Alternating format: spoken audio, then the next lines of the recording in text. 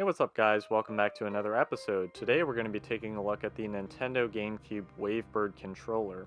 This is a first-party controller by Nintendo, and it's one of the first wireless controllers that I can think of anyways that actually worked worth a damn.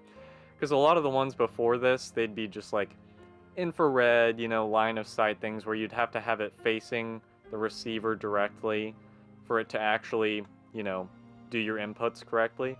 Whereas this one, I think it uses RF technology or something like that to communicate wirelessly with the receiver.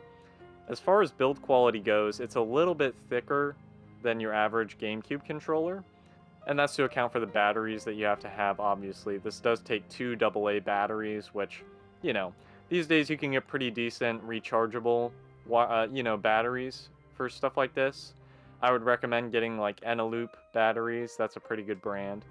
But as far as build quality goes, it feels like a Nintendo product, and there's just something, I guess, kind of inherent to their build quality that it feels right in the hand. Like, it doesn't feel cheap and plasticky, it feels thick.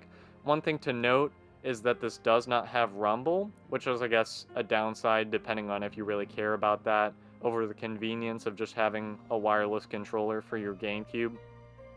Another thing to note is that for Smash players, this does have just a little bit of input lag. It's in like the milliseconds though, as far as I've heard. Although that will vary based on how many electronics you have around it and stuff like that, because stuff can obviously interfere with technology like this.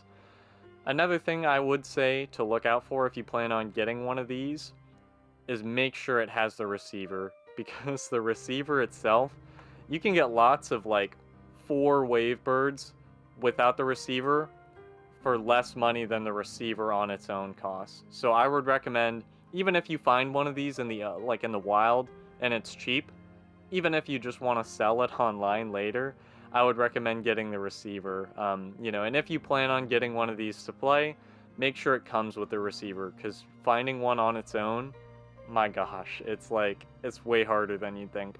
I lucked out because I had one WaveBird from when I was a kid, but I had lost the receiver. But I did luck out one time at Movie Trading Company. They actually had a receiver just on its own for like $10, and I was like, oh my gosh, that's so much better than paying like $40 for it online or whatever. So yeah, overall, I'd definitely say this is a really good controller if you plan on playing on original hardware.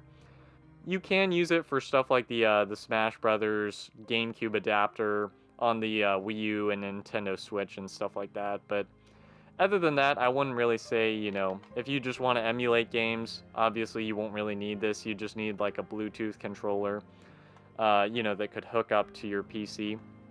One thing that I do find interesting, though, is that with how prevalent a lot of, third-party controllers are for the GameCube now for Smash players, obviously, I don't know why we haven't gotten something at the same level of quality, but uses Bluetooth. That would just be really cool. That's one of the accessories that I'm waiting for someone to make. I'm not sure if they ever will, and it would be cool to see if they could actually implement Rumble as well into a newer design. Maybe slim things down on the inside and actually have the two Rumble motors. But yeah, otherwise, I'd say this is a pretty good controller. Definitely recommend it if you have a GameCube setup. So anyways, guys, thanks for watching. I'll see you next time.